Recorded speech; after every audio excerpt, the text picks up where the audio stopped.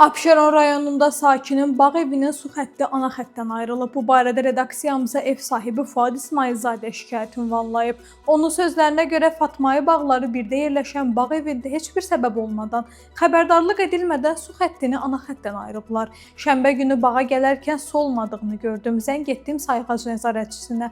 Zəngdən sonra yaxınlaşdı, birgə baxış keçirdi. Söylədi ki, 10 gün əvvəl ana xəttdə qəza baş verib. Soruşdum ki, bu qəzanın evin su xətti ilə nə aidiyyatı var, dedi, məlumatım yoxdur. Zəng edin qaynar xəttə. Sonra Novxanı Su İdarəsinin nömrəsini verdi, ora zəng etdim. Əməkdaş cavab verdi ki, səbəb bilinmir. Lakin ödəniş etsəm xətti bərpa etməyə hazırdırlar. Onu da bildirdi ki, qayda belədir. Hər bir abunəçi öz xəttini düzəltməlidir. Halbuki özləri xətt ayırıblar. Nə qədər şikayət etsəm də heç bir nəticə yoxdur, deyə şikayətçi sözlərini yekunlaşdırıb. Mövzu ilə bağlı Azərsu Açıq Səhmdar Cəmiyyətindən bildirilib ki, şikayət nəzarətə götürülür və araşdırılır.